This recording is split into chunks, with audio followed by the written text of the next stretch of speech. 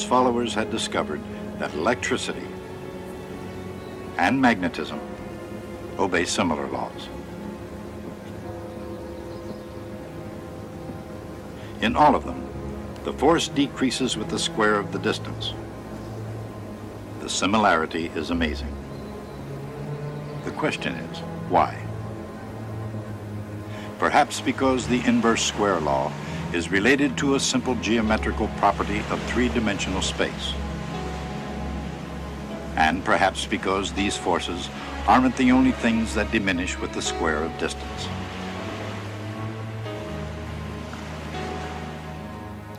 The essence of the inverse square law can be seen in the concept of flux, the Latin word meaning flow.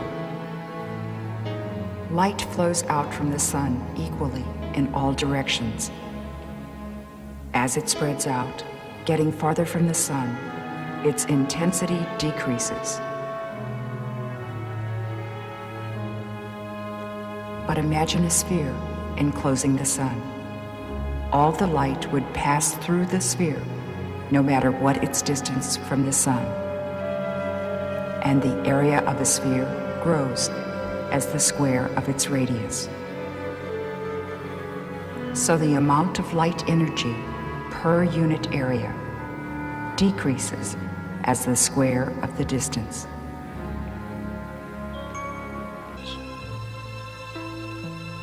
Anywhere in the vicinity of an electric charge, a small test charge experiences a force. If it's due to only one charge, the pattern of forces detected by the test charge is simple.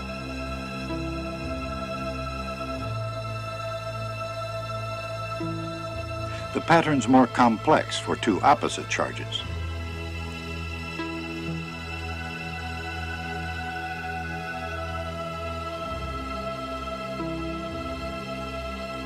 Or for two charges of the same sign.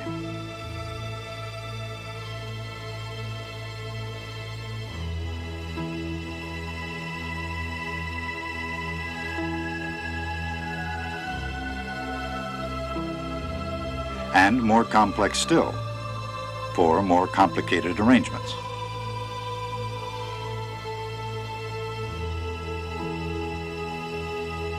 But in any case, here's the point. Even if the test charge isn't there to feel it, the pattern of forces can be imagined to exist everywhere in space. This is the essence of the idea of the field. And although Faraday only imagined it, the field can also be expressed mathematically.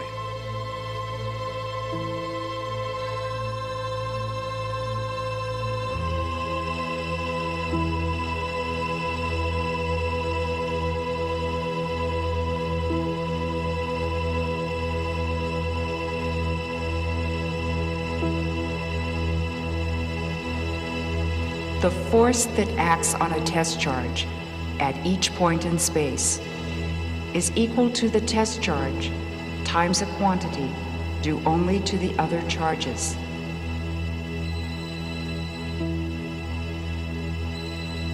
That quantity is the electric field.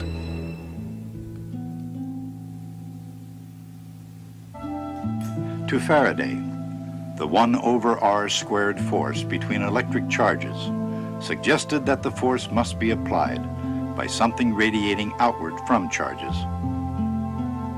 Something which, like light from the sun, never stops and never ends in space.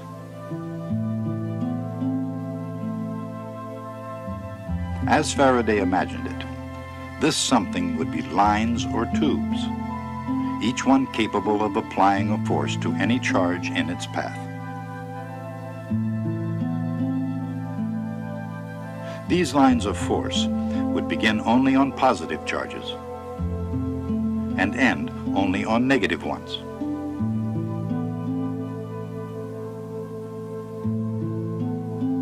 And they would flow smoothly through space, never crossing or tangling.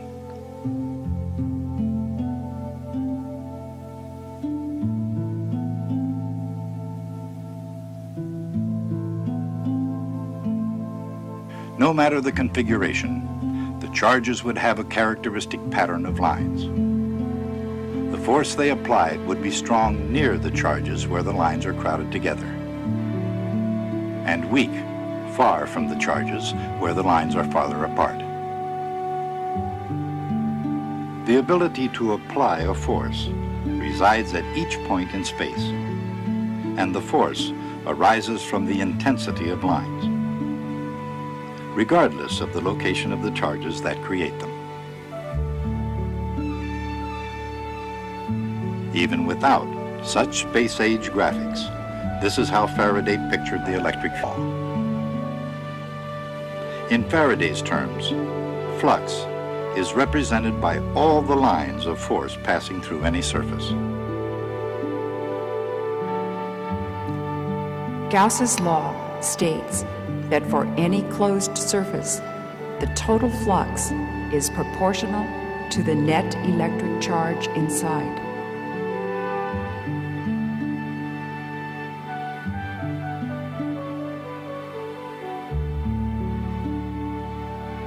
If there's no net charge inside a surface, any positive flux outward through it must be balanced by an equal amount of inward or negative flux.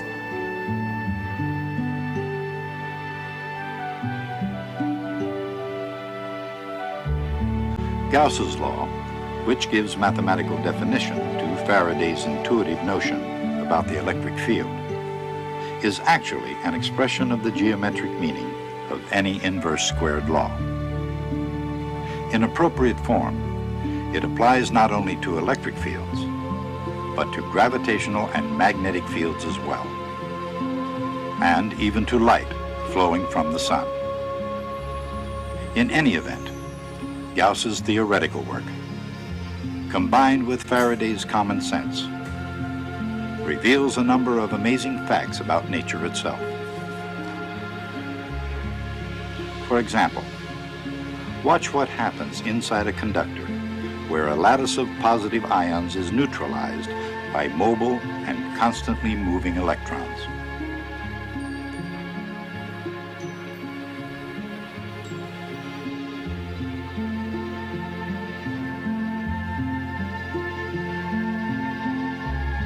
An electric field passing through a conductor forces the electrons to flow until they pile up at the surface, repelling the motion of further electrons. But that means the electric field inside any conductor becomes equal to zero when electrostatic equilibrium is established. Therefore, a closed surface inside the conductor has no flux through it.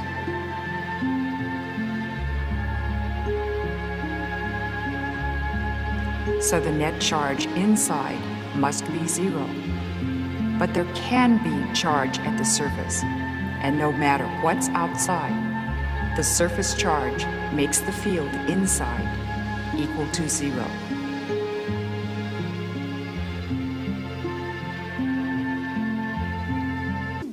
An extended region of charge might consist of many point charges in space. But if it's symmetrical, the electric field has only one place to go, and that's outward. According to Gauss's law, the flux through a closed surface outside depends only on the total charge. And if the charged region is a sphere, the size makes no difference. So, in other words, the electric field outside is the same, whether the charge is uniformly distributed in a sphere or concentrated at a point at the center.